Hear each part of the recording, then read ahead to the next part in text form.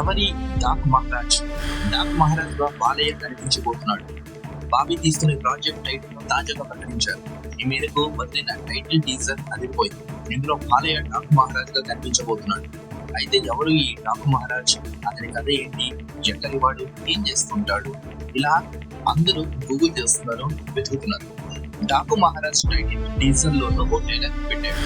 ఇతనికి రాజ్యం లేదు కానీ మహారాజు యుద్ధాలు చేసినట్లుగా చూపిస్తున్నాడు బాబీ. కానీ ఇతను బందిపోటు, దొంగ, నెక్స్ట్ డెకాయిడ్ అని వికీపీడియా చెప్తోంది. పంజాబ్ చంబల్ ప్రాంతంలో డాకు మాన్సింగ్ గురించి చాలా చెప్తుంటారు. అమితాబ్ లాంటి వారు చిన్నతనంలో ఈ డాకు మాన్సింగ్ గురించి వినేవారంటారు.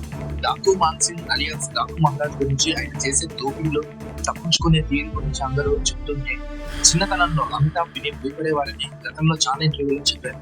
ఇక ఉత్తరాంధ్రలోనూ డాకు మహారాజ్ ఫేమస్ అని తెలుస్తోంది. ఇలా దొంగతనం చేసి పేదలకు సాయం చేసేవారని తెలుస్తోంది. మరి బాబీ పాత్రను ఇన్స్పైర్ అయ్యి బాలయ్యతో డాకు మహారాజ్ సినిమాను తీసాడా, అదే పాత్రలో బాలయ్య పోషిస్తున్నాడా అన్నది చూడాలి. ఇక ఇది ఒక శాంపిల్ అని, సినిమాలో 5 బ్లాక్స్ ఉంటాయి, అవి చూస్తే మైండ్ బ్లాక్ అవుతుందని తెలిపారు. ఇంటర్వెల్ సీన్ లో బాలయ్య బాబీని చూస్తే షాక్ అవుతారని తెలిపారు. ఈ కథ వెలుగుని పంచే దేవునిది కాదు, చీకటిని శాసించే రాక్షసుడిది కాదు, రాక్షసులను ఆడించే రావణుడిది కాదు. ఈ కథ రాజ్యం లేకుండా యుద్ధం చేసిన రాజు కథ, గంటర గొడ్డలి పట్టిన యమ ధర్మరాజుది, మరణాన్ని వణికించిన మహారాజుది అంటూ బాబీ రాసిన చెప్పిన డైలాగ్స్ అదిరిపోయింది. బాలయ్య ఇంటికి గమనించిన R R never before never after అనిపించేలా ఉంది.